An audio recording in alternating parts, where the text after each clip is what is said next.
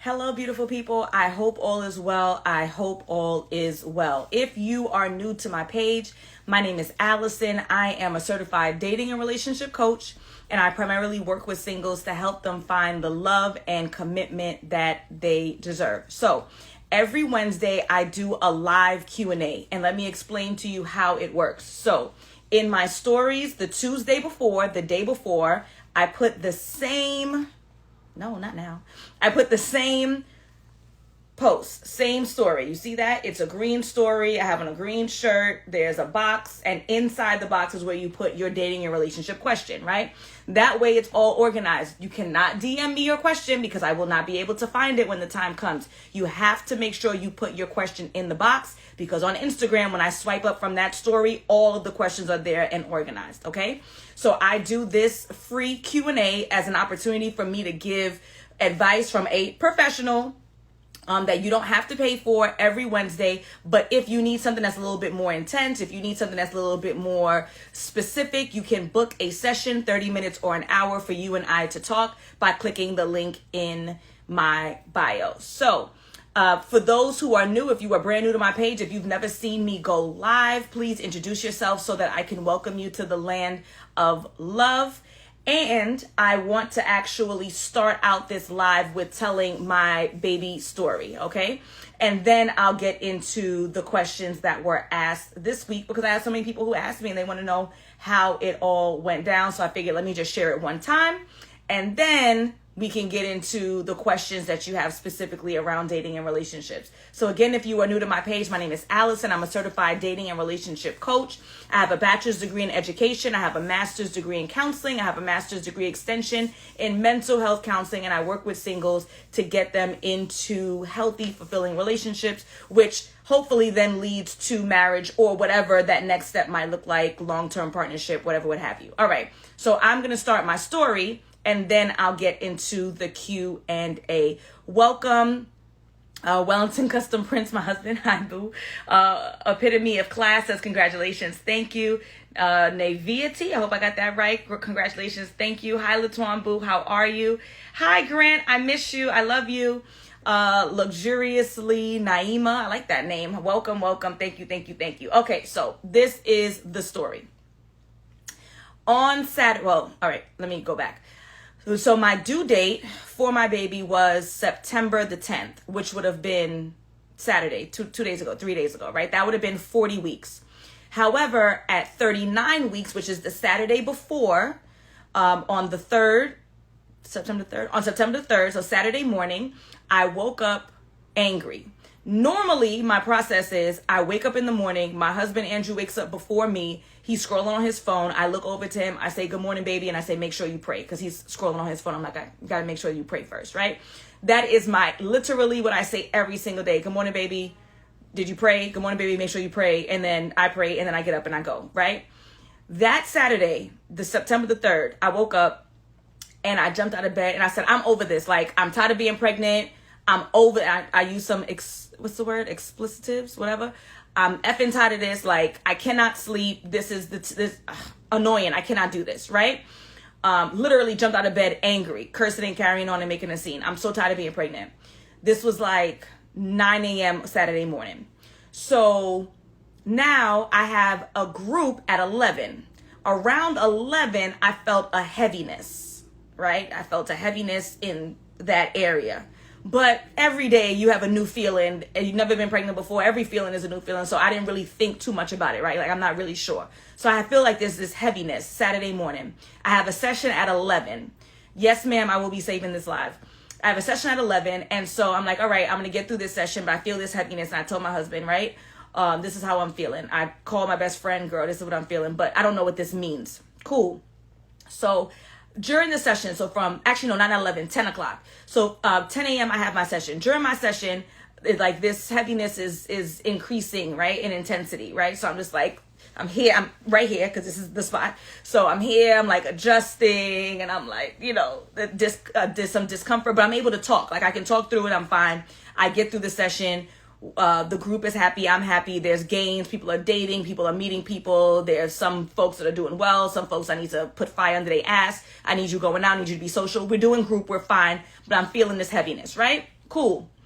So now I was bullshitting and I needed to get my nails done. I needed to take my nails off because I knew that the baby was coming soon. And I was BSing for weeks on end and not going to the nail salon. So now it's 11 o'clock. I'm finished for the day. I finished my session. Like, I need to go to the nail salon. I need to go now. So the nail salon is 3 minutes drive. Hop in the car, drive to the nail salon. I'm sitting there, they're soaking off the nails, right? At this point, it's no longer a heaviness. At this point, and let me explain to you guys, especially those who are not mommies yet. They talk about contractions and they say that contractions are like intense period cramps. I don't know about them. It was nothing like intense period cramps. Nothing like it. There was a pain in my back. So think like my lower back, right? I have a pain right there. Then the pain circulates around to my stomach and squeezes like a snake. That was the pain, right? So I'm in the nail salon, I'm soaking my nails off, and I'm feeling this pain now. So I'll go from a discomfort to a pain, and the pain is coming every 3 minutes. So this is weird to me because I'm thinking to myself, based on my very limited knowledge, if you're getting contractions every 3 minutes, that means baby about to come. So why is it that it's painful, but I was in a scale of 1 to 10, it was like a 3, but then I'm getting contractions every 3 minutes. Like that, those two things don't line up. If it's so close up, then it should be that the contractions are more intense. Whatever, I'm soaking my nails. I need these nails off. I cannot care for a kid with these nails on. So I'm soaking. It's like, now it's 11:45. So this is about 30 minutes of what I have decided, all right, these are contractions because it's on a schedule, right? So, but again, where I can function, I can talk. I'm on the phone, I can talk through it. It's not to the point where I have to pause or I have to, right? Cool. So soaking the nails off. Now, my husband, that day, September the 3rd, Saturday, September the 3rd is his best friend's, or one of his best friend's birthday. So he was going up to Harlem to hang out with his friend. I called him when I left the salon. This was 11:45-ish, right? I was supposed to get my nails done like a manicure. Can't do that. Soak them off. Let me get the hell out of here. I called him. I said, babes, I think you got to come home. So he literally he just made it to Harlem. He had to turn around and he had to come back to Brooklyn, which normally, depending on traffic, is like a 50-minute drive. He got home in 37 minutes, okay? So again, my contractions at this point are every 3 minutes, but not intense. I'm able to talk. I'm able to breathe. I'm able to function. And the drive was 3 minutes. So I'm like, okay, I'm going to wait for this one to pass, get in my car, get home, because I don't want to catch a contraction and driving, even though, again, I could function. So let me get that, right? Cool. So I get home now, and I'm like, okay, you know what? This looks like it's getting real, right? Let me go take a shower because I don't know the next time I'll be able to take a shower. So that let me go get in the shower right now so that I'm, if I do end up getting hospitalized, that I'm prepared, right? So I called my friend JoJo. I'm talking with her. And again, I'm able to talk through it. So it's not to the point of intensity, but it is every 3 minutes. Now, the rule that the OB told me is that they will hospitalize you if you have 5 contractions in the space of course, my bag was packed, girl. My bag was packed at 36 weeks. If you have 5 contractions within the space of 1 hour, and they are lasting at least 1 minute apiece. It's a 5-1-1 rule. 5 contractions in the space of an hour that last a minute apiece. I had contractions every 3 minutes. So I had 60 minutes, help assist out, 30 contractions in an hour. But my contractions were like 8 seconds a piece. So I didn't meet the requirements. So I'm like, okay, I don't want to go all the way to the hospital. And the hospital is Mount Sinai, which is in Midtown Manhattan. It was a 55-minute drive. I don't want to go all the way to Mount Sinai. And the next thing they turn me around and tell me, no, they can't admit me. I'd be tight. What the hell am I going to do? Walk around Manhattan? That's not an option. So I'd rather take my L at home, and I'm a follower of the rules. That's who I am, corny. So I'm going to wait at home and go and meet the requirements before I go and call these people. So the policy is the OB says, when you meet the requirements, you call us. We have a 24-hour operator. You click on that. You tell them that you've met the requirements, the 5-1-1 rule. And then what's going to happen is that you will go to the hospital. There's going to be an orderly that's at the hospital, and Mount Sinai has like a roundabout so you can pull in. They said your support partner, which would be Andrew, your support partner will let you out the car. The orderly will be there with the wheelchair. They'll wheel you up. Your support partner can go park, and then they'll meet you on the floor. That was what the policy and the procedure is, right? I said, okay, cool. So I said, you know what though? I've never called the line to see like what number do I dial. So even though I don't meet the requirements, let me dial in. So I said, babes, can you call? Let's see like what you dial 1, you dial 0, like what it is, so that when we do meet the requirements, we're ready to go, right? So Andrew calls them. It says press 0. So now we know. He went ahead and pressed 0. I'm like, I looked at him like, babe, you don't meet the requirements. Like, don't press 0. He pressed 0 anyway. So the operator answered the phone and he said, you know, my wife is experiencing contractions every 3 minutes. He didn't get to finish the rest of it, which is, but they're only 8 seconds long, right? So as soon as he said my wife is experiencing contractions every 3 minutes, and at this point, I couldn't talk through the contractions. Like I would say on a scale of 1 to 10, it was like a 4.5. So it was enough where when I felt the pain, I had to stop talking, like a woosah, and then start talking again. And at this point, the contractions felt like, and this is really for those who haven't had babies before too, because it's just like so much you learn, right? At that point, the feeling was like an on and off switch. Like when I had a contraction, it was on, cannot talk, cannot function, right? And then as soon as the contraction is done, it's off, and then I'm regular. Like the pain is gone 100%, I'm regular at this point, right? So Andrew calls, he pressed 0. He said, my wife is having contractions every 3 minutes, but he didn't say that they're only lasting about 8 seconds at a time. They didn't let him just do that. Go to the hospital. So, all right, we out, right? Grab the bag. Actually, the bag was already in the car because I don't play those games. Went down the stairs, went into the car.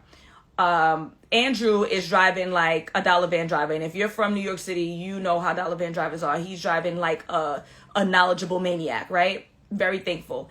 At this point, I have my seat reclined. I'm holding on to the hangy thing that's by the door. I'm breathing. It's tough, right? I would say on a scale of 1 to 10, I'm at like a 5. But again, every 3 minutes, every 2.5, every 3 minutes, right? So we arrive Saturday, September 3rd at the hospital at about 1 o'clock. Then this annoyed me. So we pull up, we follow the procedures, right? Somebody wheels, well, actually Andrew double parked because he was not leaving me. And we went in the elevator, we went upstairs, right? And they have me in the waiting area filling out like a registration form.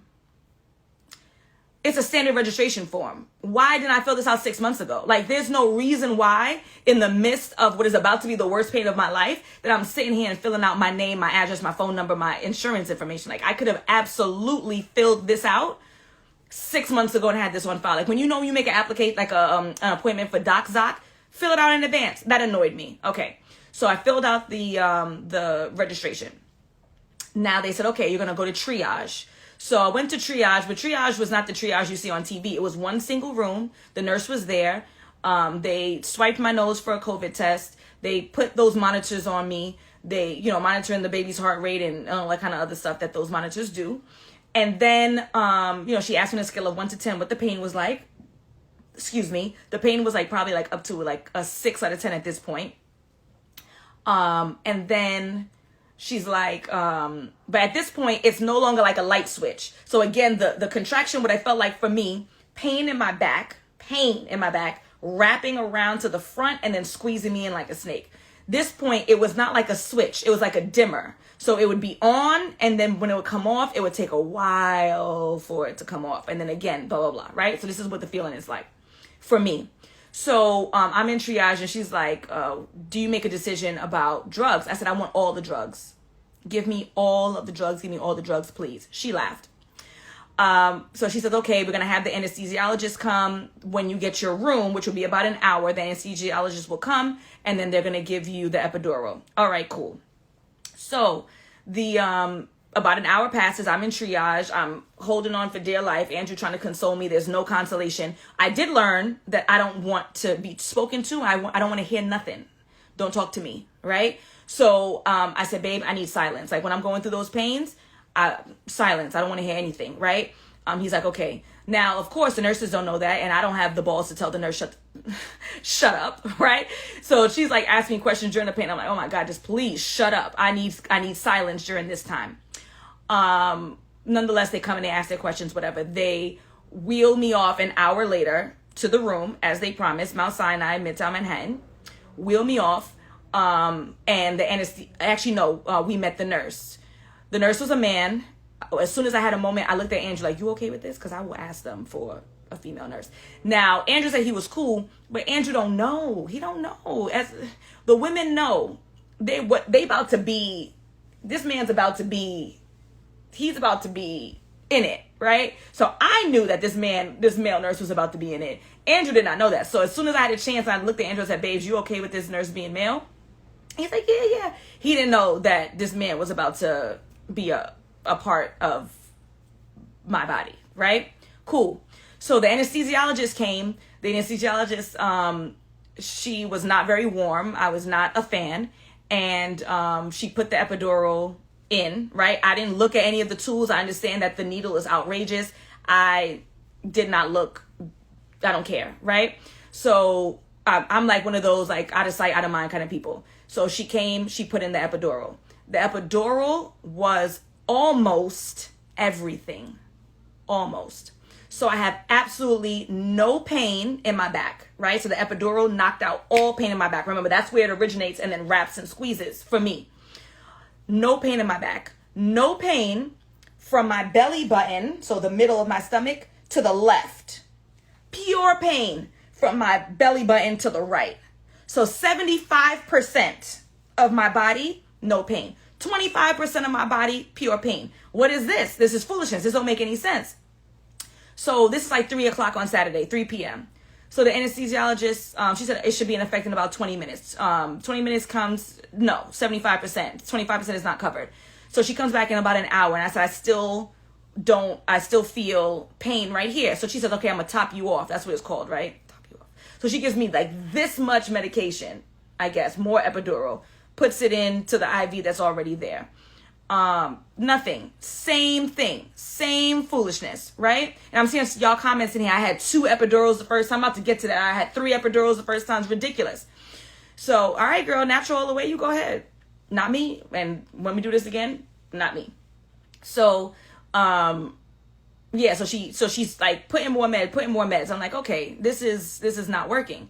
So now the male nurse says, okay, now that you have your epidural, you're not going to be able to go to the bathroom, right? Like I won't be able to physically walk to go use the bathroom. So you're going to have to get a catheter. If you're not familiar with the catheter is like a tube that has to go up the urethra. The urethra is the hole that you pee out of for women, I assume, not for men, right? They have to put a tube up there. That hole is tiny. Put the tube up there and then pee comes into a bag. I'm sure you've been to a hospital, you've seen this, right? That's the catheter. I said, okay, well, that's what you got to do. Is you got to do. The nurse is under the impression that I am fully covered in this epidural. I was not.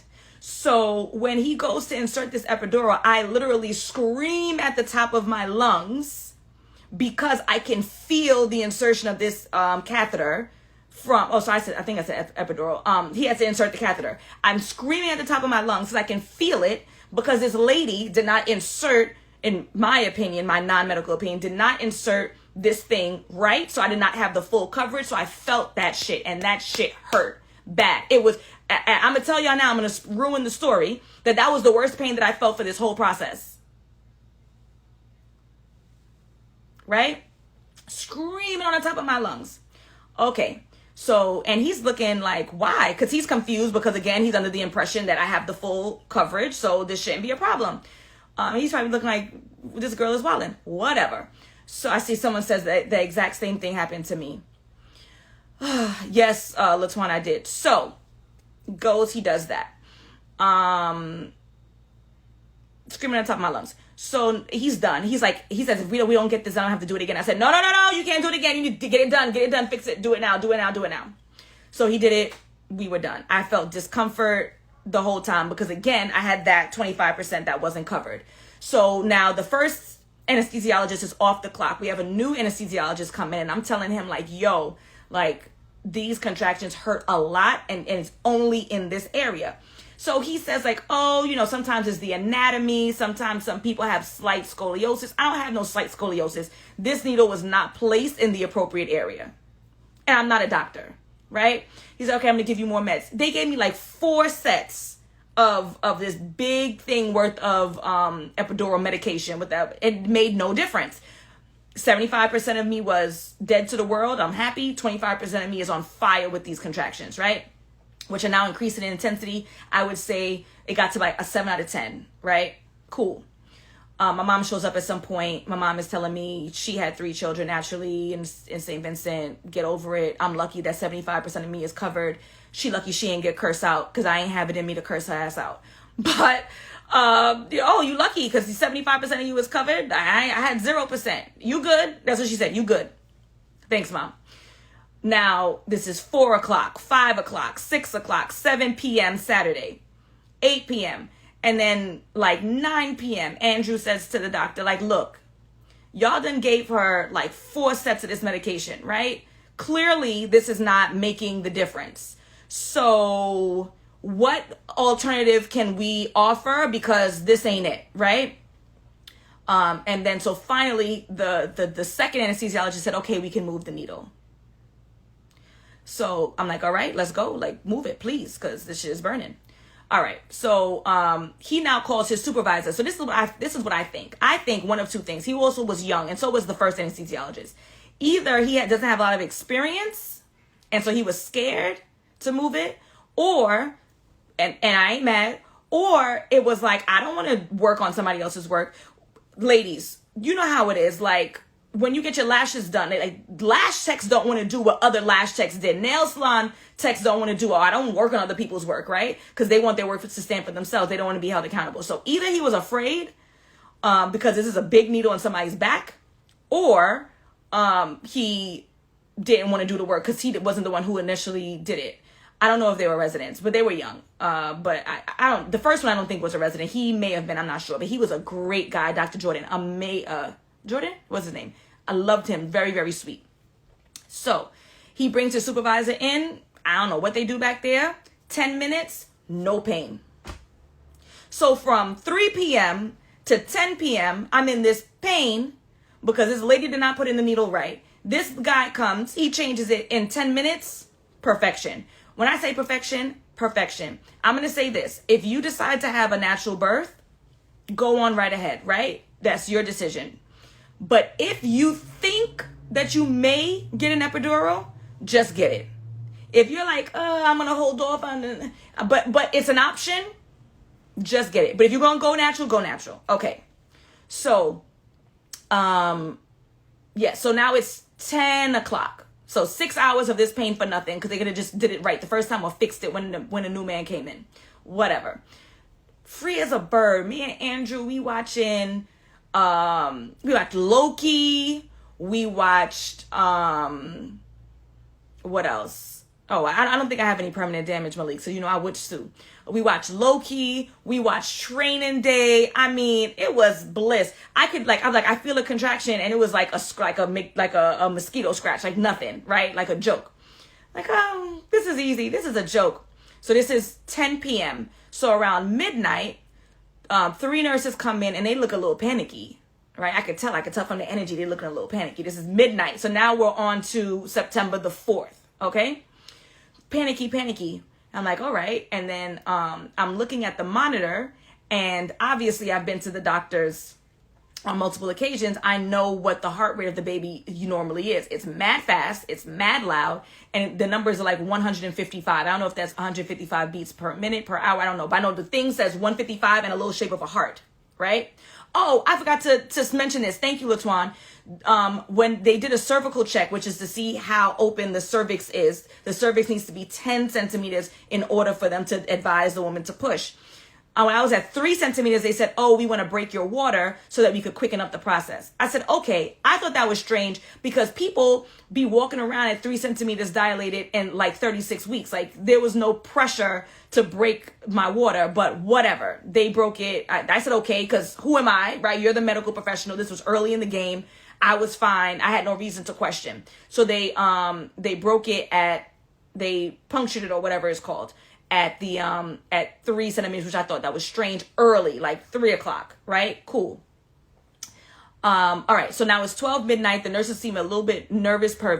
I look at the screen and I did notice that the heart rate was low or lower than normal. It was slower. It wasn't as loud. So I'm like, okay, I do see that. And so I can see that they're concerned. They're like, okay, we're concerned about the baby's heart rate. So can you lay on your left? So I turn to my left. All right. Then can you turn to your right? I turn to my right. Okay. Can you get on all fours? Like, I'm on a hospital bed on all fours looking ridiculous. It didn't work. It didn't work. So then they're trying all these different positions so that they can get me to get the heart rate going back up, right? But they're looking at the screen. They're saying every time I have a contraction, which I can't feel, every time you have a contraction, they're saying that they're looking at the heart rate, and the heart rate is dropping and the baby's in distress. I'm like, all right. So they said, okay, we're going to try an amniotic infusion. Like, what the hell is that? They said, oh, we're going to infuse you, right? We're going to put up there, I guess, like artificial amniotic fluid. So I said, well, I had amniotic fluid at 3:00 today, or PM, and y'all broke my water. So is it safe to say that y'all should never broke my water in the first place? Again, I am not a medical professional, right? My profession is in guidance and counseling. Okay. But logic says if you're going to give me an amniotic infusion, but I already had amniotic stuff and you took it away, that doesn't make any sense to me. Okay. But whatever. So they gave me the amniotic thing. I don't think it made a difference. Okay. So now we go, the OB, my obstetrician, she comes in the room, and this is like, maybe like 1:00, maybe like 12:30, 1:00 a.m. on the 4th. And she says, I'm concerned about the heart rate. The baby's in distress. Da, da, da, da. She says, I'm going to monitor for 1 hour the rates. And then I am going to, decide whether or not we're going to introduce Pitocin, which I don't understand, because based on what I've read about Pitocin, it only causes more distress, but whatever. And Pitocin, and then if not, we have to talk about other alternatives. I'm from Brooklyn. You don't have to pussyfoot around me. So I said, other alternatives meaning a C-section? And she said, yes. Oh, then say that. I guess, a lot of times, the women are sensitive, and I mean, I didn't want one, right? But just tell me, like, I will be all right. So she said, yes. I said, okay. So she came back after the hour, and she said, we're going to skip the Pitocin. Good. Thank you. She said, but that means that we're going to go straight for the C-section. So I'm like, okay. I said, how much time do we have? Can you talk me through it? I've done limited Googles. I'm not even calling it research, because it's not really research. We say research a lot. It's not research, it's Google. So I'm like, okay, tell me about it. We have time? Like, can you talk me through it? So she did, but in all honesty, it kind of went in one ear, out the other. I don't remember anything that she said. I'm like, all right. So then Andrew says to her, well, when are we going to do it? Like, is it in an hour? Is it in 20 minutes? She said 20 minutes. He says they came back in 20 minutes. I feel like they came back in 40 minutes. I don't know, right? So they come back for me. They check me to see if I'm shaved, right? Because I guess that's an important part of surgery. They gave me some nasty drink. It tastes like one of those like Jamaican tonic tea thingies or whatever. So they gave me that. I agree. This whole thing is a setup, but you know how it is when you're there with your legs open and scared, and the people who have the degrees tell you something. What I'm gonna do, not listen, and then if something happens to my baby, then I'm the one who did it? Yeah, some real nasty drink they gave me, and they said, okay, we're off. So they wheeled me through. This was a little exciting. It felt like ER. I don't watch Grey's Anatomy. I'm old, so I used to watch ER. So they're like wheeling me through the hallways. I'm like, oh, okay. And then they take me over to the OR. So in the OR, it looks just like TV. Big room, the intense lights, all that stuff. And then the second anesthesiologist, the one I like, Dr. Jordan, he was there. He talks me through it, right? So he's like, okay, I'm going to give you these meds. You're not going to feel anything from the waist down. He says, you're going to be shaking. He says, you might throw up. They give me like a little cup that they like it has like a little cutout, so you could just like turn. And then they put up the blue sheet. I'm sure you guys have seen this on television. He said, if you want to see, you can. There's a little cutout.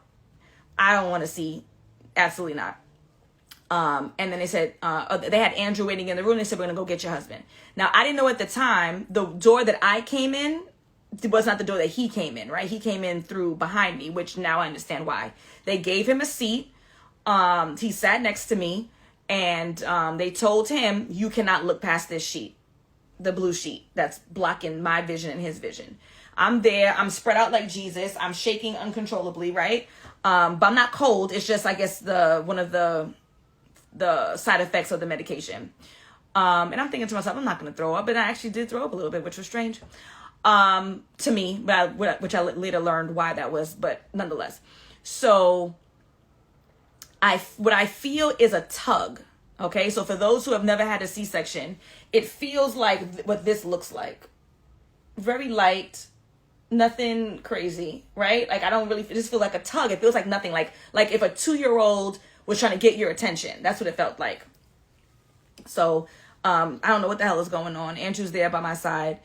And maybe 10 minutes later, I hear them say, the baby's here, right? Now, mind you, you guys, I don't know the gender.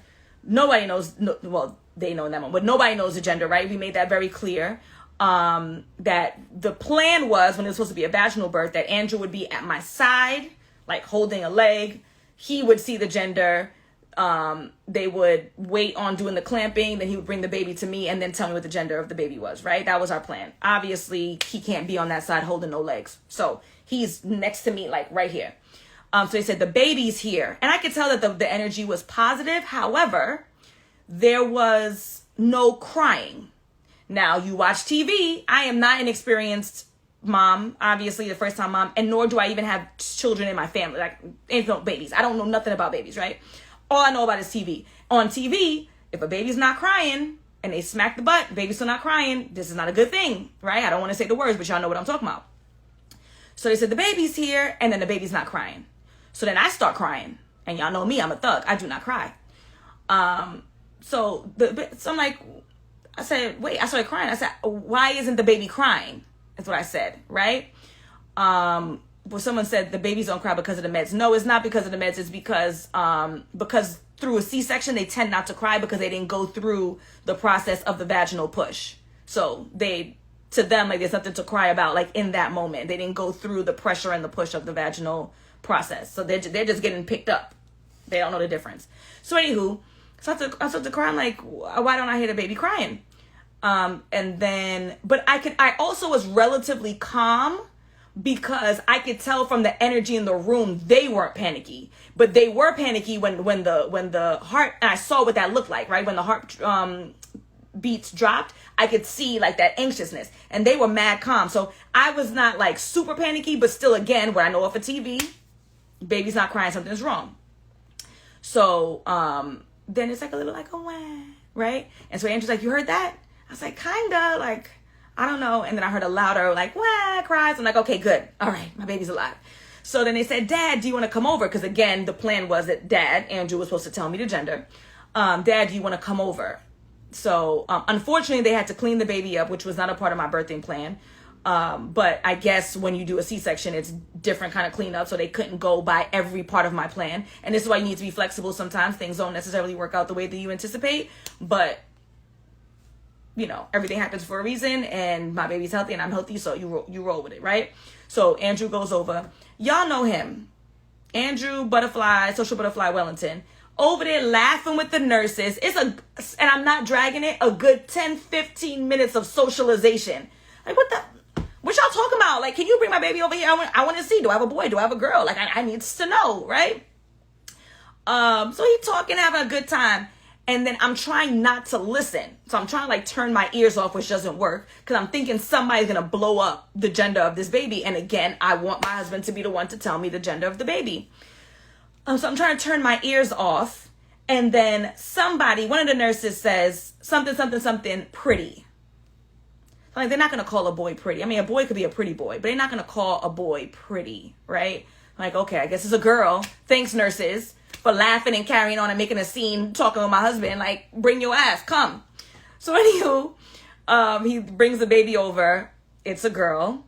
And then, you know, we take our little pictures. And then the nurse comes and she says, that, they're going to take the baby to the nursery. They're going to apply the medication. I'm sure you guys have seen the pictures of the eyes that are like extra shiny. There's like some cream that they put on the eyes for to avoid infection. And then they give them a shot of vitamin K, which I didn't know that part, because they said that babies have a hard time or cannot coagulate. I hope that's the right word. If they bleed. So the shot allows them to be able to do so. So she takes the baby. Now, mind you, I'm still on the table like this, right? With the shakes. So within 10 minutes, the baby's out. 15 minutes, I feel like maybe it was 10. Andrew's there socializing. And then they're still with this again. Whatever. Okay. So now I'm like, damn, this is taking longer to sew me up than it did to get this baby out. Whatever. They take the baby. Andrew is still there by my side. Andrew says Andrew's in the comments. He says when he walked over to see the baby, right? When they said, Dad, you want to come over, take some pictures, and he's there socializing, having a good time while I'm there, opened up like a fish. He says he looked over at the sheet, so he was able to see. And he said that he saw organs. I'm like, okay, that's scary. I don't know what organs he saw. Yeah, so he saw organs. And again, I don't even want to do, thank you. I don't even want to do the research to find out because I may have to do this again. So out of sight, out of mind, ignorance is bliss, whatever you want. Let me just shut my mouth, right? He said it looked crazy. Yes, I heard they had to take them out. Jesus Christ. Anywho, so Andrew got a little peek and he said it was bad, but he was fine. He didn't faint. I've heard people fainted and stuff like that. He was okay. So, they take the baby, they do all that kind of stuff. They're still doing their whatever that they're doing. And then they now transfer me over to recovery. I meet the baby latches on for the first time. This is so sweet. No, it wasn't a placenta. The placenta I expected. He said organs and it was some other stuff. He don't know what organs it was, but it wasn't a placenta. So we're in recovery now. The baby came 3:01 a.m. on Sunday, September the 4th. Baby's healthy, mommy's healthy, out of it, blah, blah, blah. Everything's all good for now. So we're in recovery. They finally get us into a room by 6:50 a.m. that day. And I am a whirlwind. Like, I can't pick up my legs. My legs are huge and swollen and heavy.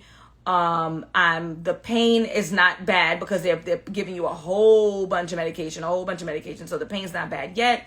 They're feeding me, they're caring for me. Thank you for asking, Stushy. She was 6 pounds, 3 ounces. So a tiny little baby, 19 inches long, I think.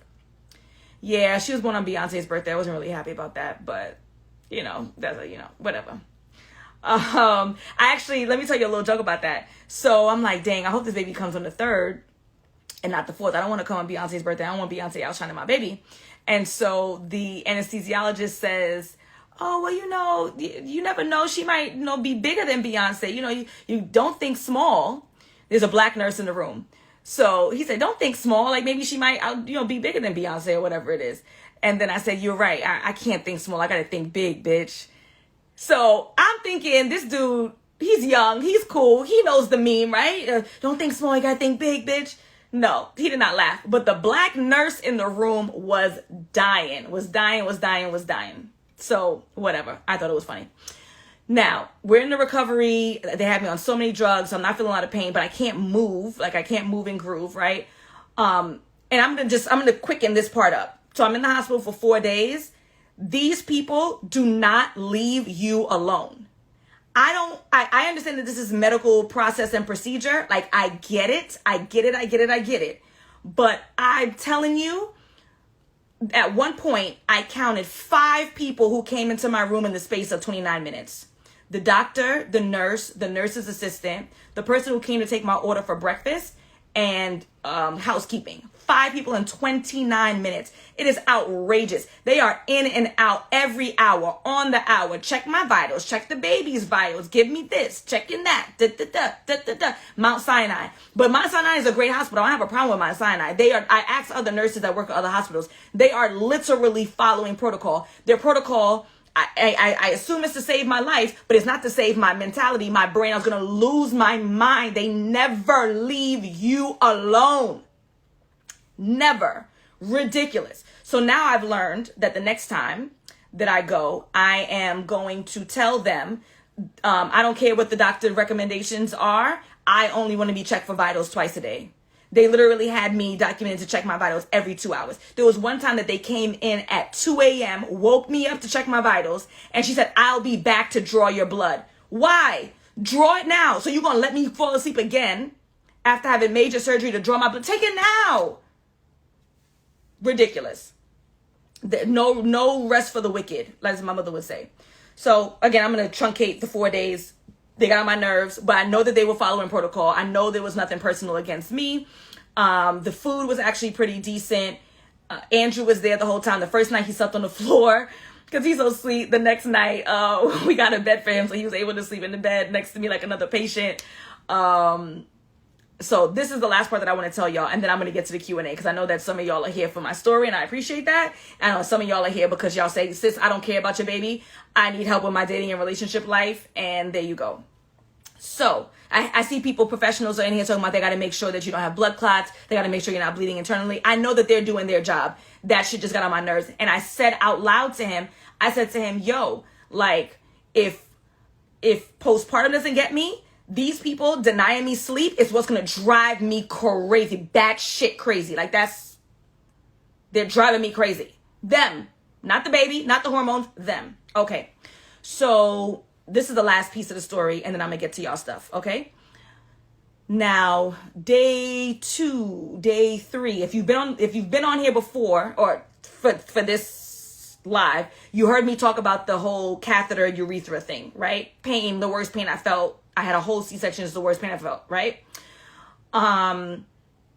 So day through 2-ish, one of the nurses or nurses assistants or the thousands of human beings who walked into my room at a daily basis explained to me that I have to pee. They said, you have to pee. They gave me like something that like attached, they didn't give it to me, they put it in, something that attached to the toilet bowl that measures the amount of pee. So you don't pee into the bowl, you pee into this thing, whatever. So she said, you gotta pee. They gave me mad water. They've been telling me to drink. I was drinking. And they said, I need you to pee in the next 6 hours. I need you to pee in the next 8 hours, something like that, right? And then we're going to measure it and make sure you got to pee before we let you go. You're welcome. I don't mind sharing. I love y'all. So I attempted, and I could not pee. It's very strange. Like, never in my life, right? I'm about to be 36. I didn't have an urge to pee. And I couldn't push to pee. Very strange stuff.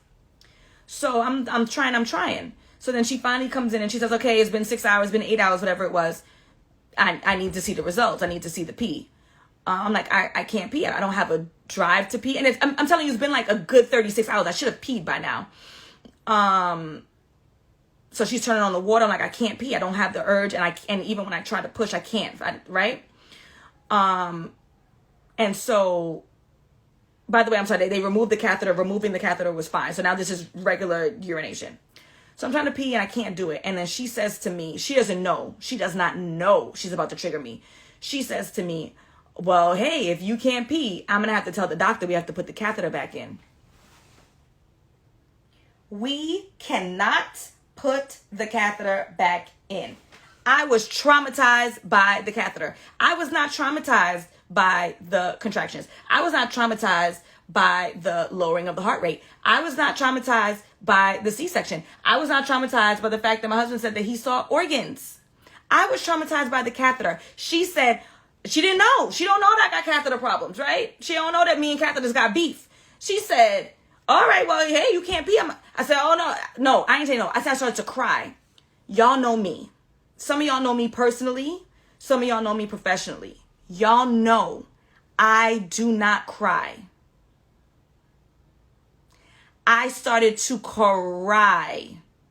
I said, no, we can't. I can't do a catheter. No, I can't do it. No, please, no. She said, okay, I'm gonna bring you some more water.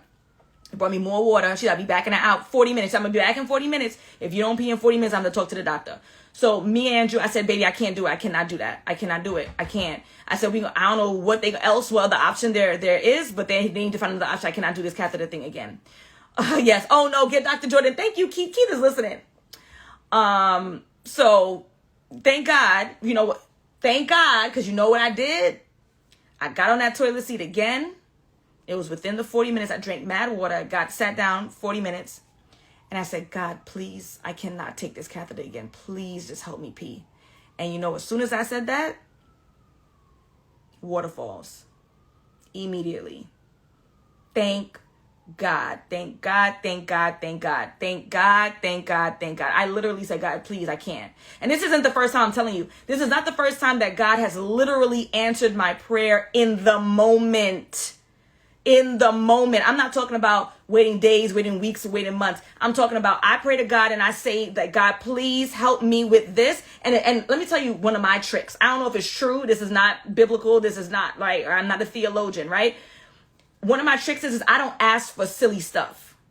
I feel like I don't ask for, oh, God, please make sure that these shoes are in stock. God, please let me get this nice car. I don't ask for silly stuff. So I feel like God gives me things when I ask for it because I hardly ever ask. And I also feel like God gives me things when I ask for it because I'm always so thankful to not ask for things and just thank God for what he's already given me in that moment. That's what I feel. I don't know if that's biblical, but I just feel that I don't ask for foolishness, right? My last prayer I asked for God was like 7 months prior when I was going through morning sickness. And I said, God, I can't do this. I said, God, if I have this morning sickness, I won't be able to report to work. I have to take a leave of absence now. I won't get paid. So please, could we reduce? That's why I messed up though in my words. I said, can we reduce this morning sickness so I can function? That's exactly what he did. Within 30 minutes, he reduced it. I should have said, can you wipe it away? But I'm telling you, I don't ask for much in my opinion. So in the moment when I ask for something, God delivers for me. Okay. I said, God, please, I cannot deal with this catheter. Can you please just help me to pee? I peed in them right there. Thank God. Okay. So truncating, because I know we're going to get to your Q&A.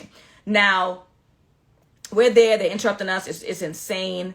Then there's a part that I didn't know, which is that if every baby loses weight in the hospital, they say that that's normal, right? Because they're going from getting nutrients from you to now getting nutrients from either formula or from, I can't pronounce this word, do not judge me, colostrum, which is like the pre-milk. So it's just not as calorie filled. So this is normal, right? However, there's only a certain amount that they're allowed to lose, and it's a percentage. My baby was already small at 6 pounds, 3 ounces. So she can't, colostrum, thank you. So she can't afford to lose much, right? And she's already small. So one of the nurses comes in and she's like, the baby's losing too much weight. And so you're doing well and we can release you a day early, but I'm going to have to speak to the pediatrician because I don't know, pediatrician, because I don't know about the baby well. I'm like, I'm not leaving early if the baby's not there. That don't make no sense. If you kick me out, that's one thing, but I'm not going to leave early and leave my baby. She scared the shit out of me for no reason because I spoke to the pediatrician the next morning and the pediatrician said that if the baby loses 10% of their weight, they have to be hospitalized. And my baby lost 7%. So there was no hospitalization. She got on my freaking nerves, okay? One of the 1,000 people who's in and out of my room. She also told me about jaundice. Now, forgive my ignorance. I did not even know that jaundice was a thing in the United States of America. I thought it was like something that happens in foreign countries, the yellowing of the skin and eyes, right? So she explained to me, it's like, well, your daughter has like dangerous levels of something, Billa, something, whatever it is that causes jaundice.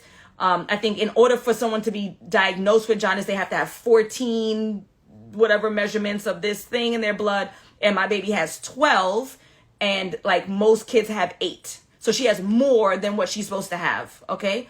Thank you to the doctors who's in the room. Billa Rubin. All right, there we go. Y'all so smart. Right.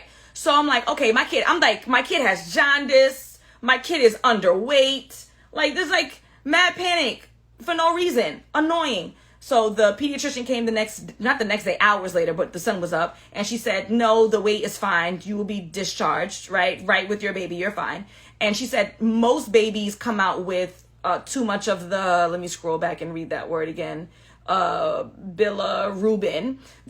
What she explained to me was that the liver is what cleans the blood, and babies out of utero still need some more days for their liver to develop appropriately so that they can clean their blood. So this is a normal thing. This, again, y'all know I'm a thug. Crying. I'm thinking my baby's underweight and got jaundice. Like, come on, sis. Anywho. So they're in, they're out. They get on my last nerves. We finally get discharged. Oh, at that time, I thought I was going to be hospitalized. My baby's going to be hospitalized. So now Andrew goes all the way to Brooklyn to pack a new bag of more stuff, right? Because we didn't anticipate a C-section. We didn't anticipate this underweight, jaundiced baby, right? My baby's sickly, right? I'm losing my mind. So he goes all the way back to Brooklyn to grab all this stuff. And then once he was finished packing around 10 o'clock in the morning, I called him like, babe, come back, forget it. They said that the pediatrician said it's fine. So we get discharged, we come home, and we are here figuring it out together. Neither one of us have ever held a newborn. Neither one of us have changed a newborn's diaper.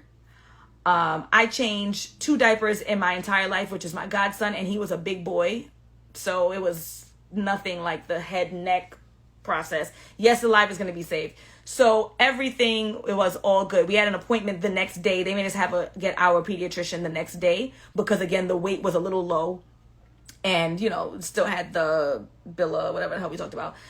So we went the next day. I looked like shit. Like, I looked terrible. I had no business going outside in the streets. But we went. The pediatrician who we saw was my pediatrician from when I was a baby. He said he remembered me. He does not. He's very sweet. Dr. Agbim on Eastern Parkway in Brooklyn. So he checked her out. They weighed her. She was 6 pounds. So she lost 2 more ounces. They're like, okay, well, you need to feed her. This is the schedule. The same stuff they told me in the hospital. I followed it to the T, made sure we scheduled her feedings. I was too afraid to rely on her to wake up. I was too afraid to rely on her to cry to tell me. So no, we're going to do it on a schedule. Andrew and I are tired. We are 10 days post-baby. We're still tired. We try to get naps in the day like they tell us to do. Babies become more fussy in the last couple of days. It's the nature of babies. We're fine. We're fine. We're getting through. We have the support of our friends and family. The fridge is overfilled with food, but we will accept more food from our friends and loved ones in a couple of days. We don't mind. Visitors, love, everything has been amazing. So that is my 51-minute long baby story. I hope that it has been useful or valuable to you guys.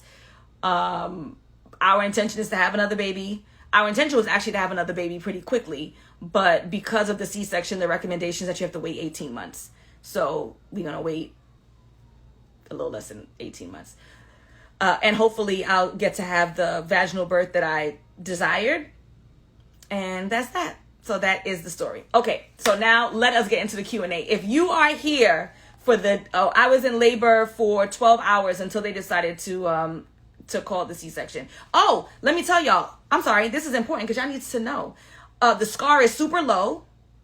You would never see it. Like, I'm going to see it. Andrew's going to see it. My doctor's going to see it, right? And if I got to wax, the wax lady would see it. Super low. I'm very happy about the placement. It's healing well. My mobility is good. Like I said, we're 10 days post-op. I would say I'm about 75% back. In terms of mobility. I still need help climbing into the bed. Like, I have a stepladder to get into bed. Like, getting in and out of bed and getting up from low chairs is difficult. Getting into a high car, like my SUV, is a little bit difficult. But I'm about 75% back in that way. Emotionally, I'm so much better now. So much better now than I was. And that's that. Okay, so if you are here for the story, that is the story. Thank you for listening to my very detailed, ridiculously overly detailed story. But I know some of you guys like this stuff, so I figured I would share it. Now I'm going to get into the Q&A. If you want to stay on and listen, feel free to do so. I love it. If not, then it's all good too. Okay? 53 minutes of talking straight. Okay, so let me pull up you guys' questions. Sorry, I had it loaded up before, but then I was talking and you know how that goes. All right. So first things first, again, if you are, oh yes, I am wearing the band thingy and I'm snapping back. I don't want to show off because I'm not a fan of the snap back culture and this idea that you're supposed to be rushing into looking how you used to look. I really do think you should be concerned about you and your health and your child's health before you worried about like looking fit or whatever.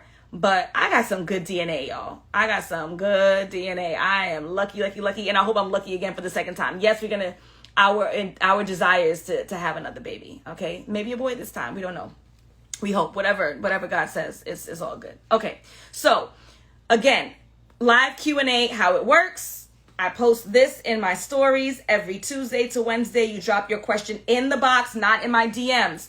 Not in my DMs, not in my DMs. I will not answer your questions via DMs. Okay? Okay. So, oh goodness, now I done lost it again. Also, those who are subscribed to my page. So Instagram has offered subscriptions. My subscription is $4.99. It's only $4.99. If you are a subscriber, your questions will be guaranteed answered and answered first, and everyone else will be secondary. Because that's one of the benefits of being a subscriber. It's only $4.99. Give me $4.99. Stop playing. Okay. So the first question was, how is life as a mother? We didn't spend 53 minutes together. That's the answer. Okay. Next question. Met a guy on a dating app. In person, he's great, but sucks with communication. Move on or no? Met a guy on a dating app. In person, he's great, but sucks with communication. Move on or no? Okay. So this goes back to, excuse me, guys. This goes back to what we always talk about, your non-negotiables. Thank you, ELA Nelson. Your non-negotiables, okay? Your non-negotiables. There's some people who don't like to talk on the phone. There's some people who would prefer to engage in person. You have to decide what a non-negotiable is for you. If this guy is seemingly great, you have a list of the things that you're looking for in a romantic partner. So far, so good.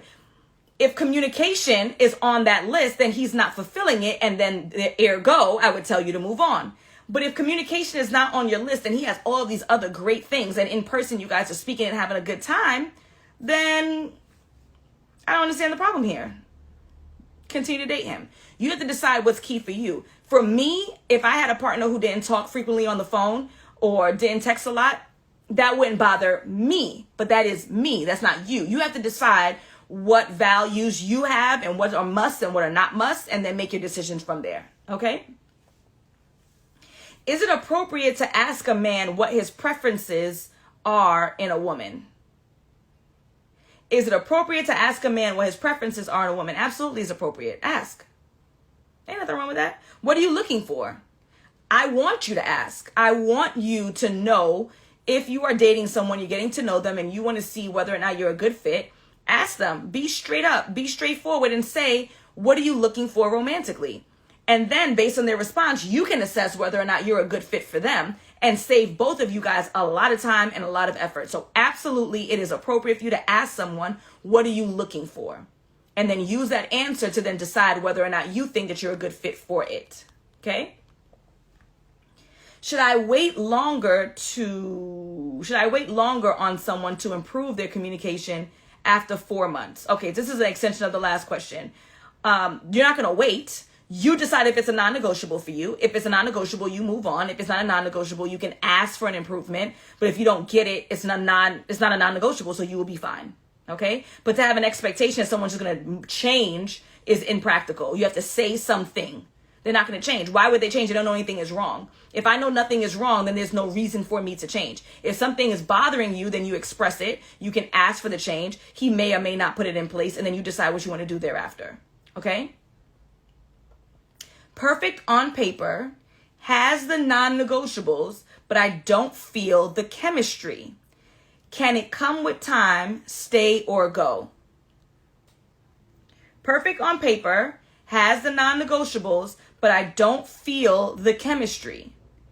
Can it come with time, stay or go? So My recommendation would be, and this might vary depending on your age, if someone seems to meet all that I'm looking for and I'm not feeling the chemistry in that moment, I would not leave. I wouldn't leave. To me, I would not prioritize chemistry over all of the other things that I'm looking for. And I do believe that attraction can grow, and I do believe that chemistry can go. Now, I'm also not a fan of wasting people's time, right? I don't want my time wasted, so I don't want to waste anyone else's. So I may put a time limit on how long I give it to see if that chemistry develops, a few weeks, a few months. But I'm not going to dismiss someone immediately just because I don't feel chemistry in the moment. A lot of times chemistry is your brain tricking you into you dating people who you have absolutely no business dating. And the safe and the secure ones and the good ones are not as sexy, so that now we're not sexually attracted. Now, if he's ugmug, that's a different story. But if you're not feeling a romantic connection right now in this moment, I would give it some time. Doc Diva says that happened with her and her husband. She gave it some time. Okay, give it some time.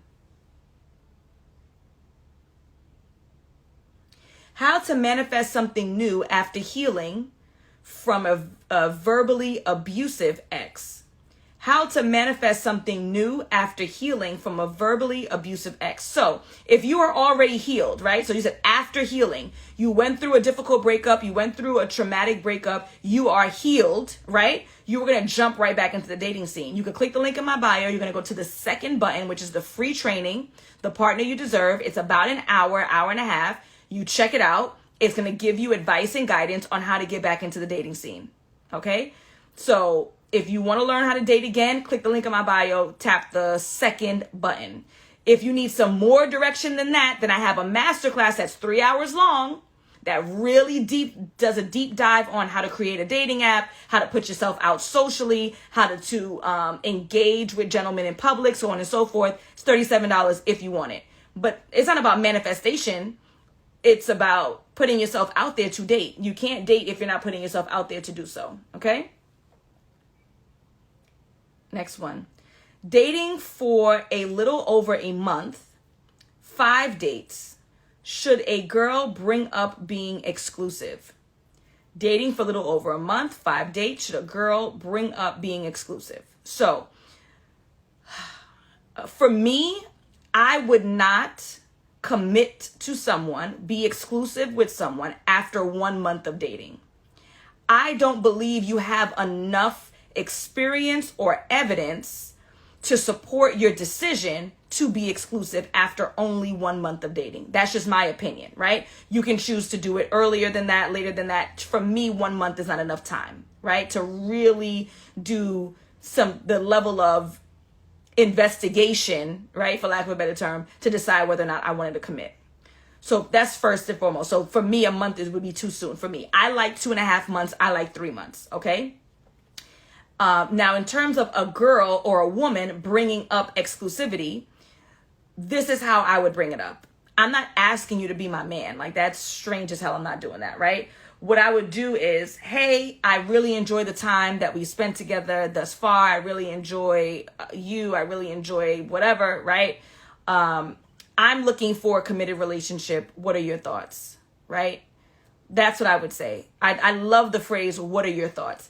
I'm not putting pressure on the person. I'm not obligating them to do anything. I'm simply asking where they stand without saying, do you want to be my man or am I your girlfriend? I think that those are two very awkward statements. I really enjoy the time that we spend together. I'd like to spend that time with you moving forward exclusively. What are your thoughts? And I would leave it at that. Okay? Should I take someone who don't... Oh, Lord, this is all spelled wrong. You're in the comments, so I need you to type this question again because there's so many spelling errors. I don't know what the hell you wrote. Should I take someone who something during our convo serious? Okay, I'm sorry, babes. I can't answer this question, but if you put it in the comments, I'll answer it, okay? Dating a man for 5 months, he put limits of 1 hour on our communication. How can I show it's creating distance? That is strange as hell Dating a man for 5 months, he put a limit of 1 hour on our communication. How can I show it's creating distance? You don't have to show, you're going to tell. And this is how I would tell. I would say, hey, I get that you're busy. We're all busy. But to put a limit to say that we can only talk for an hour a day is not anything that I'm accustomed to, nor is it something that I'm comfortable doing. So as a result, are we going to change this or what? This seems very suspicious to me. This seems like he has a whole nother life going on, and that's why he can only afford to give you an hour. And I don't like it. I don't like it. I don't like it at all. Doc Diva says that he's not interested. Brooklyn Cali Fania says that he's in a relationship. Yeah, I mean, I didn't want to jump out the window and say that, but this is very strange. I don't like it.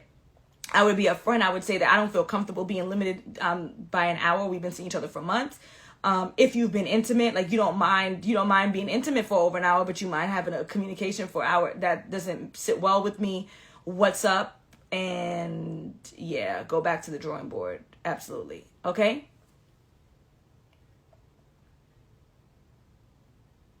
Do you think it's okay for your other half to have female friends as long as there are boundaries? Do you think it's okay for your other half to have female friends as long as there are boundaries? Absolutely. Why would I demand that my partner or my husband not have female friends? Why? Why would that be an issue?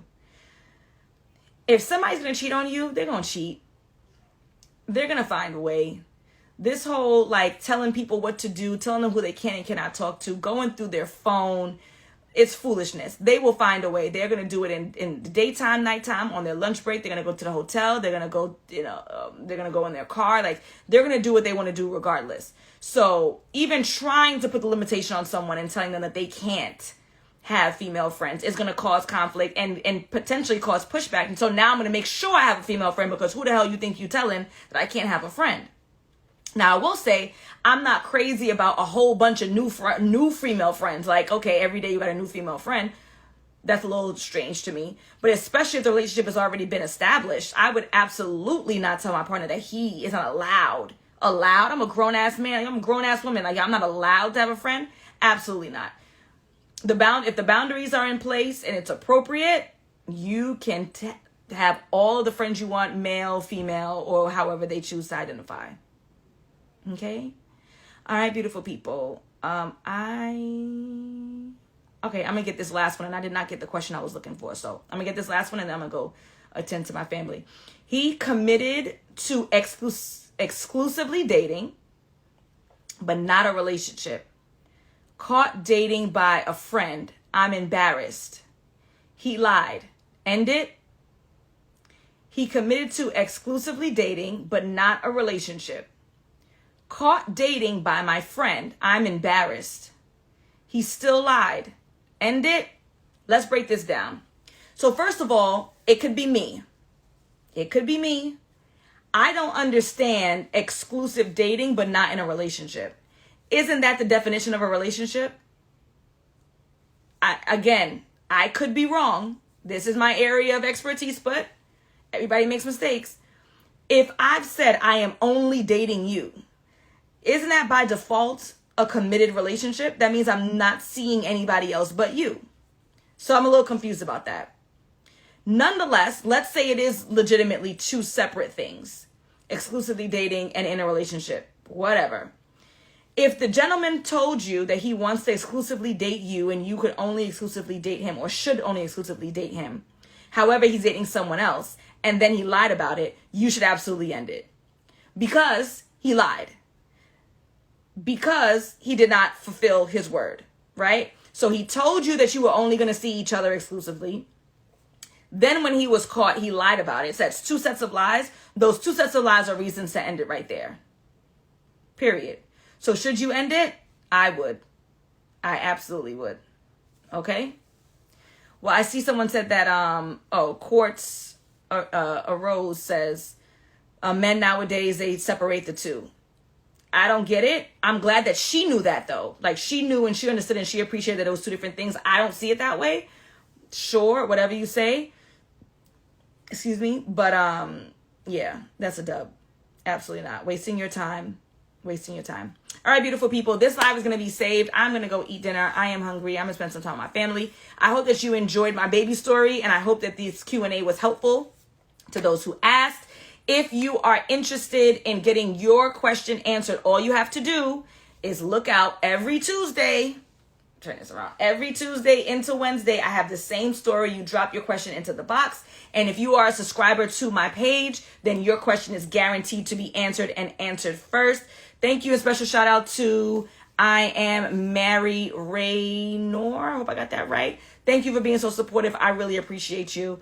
And if there's anybody else who wants to subscribe, all you got to do is click the subscribe button on my page. $4.99. You get exclusive content every single day. Your own reels, your own, well, I now call it the evening gem because I'm not up in the morning. So you get your own evening gem. You get exclusivity when it comes to the questions, and it's all about you. All right, folks, have a good one.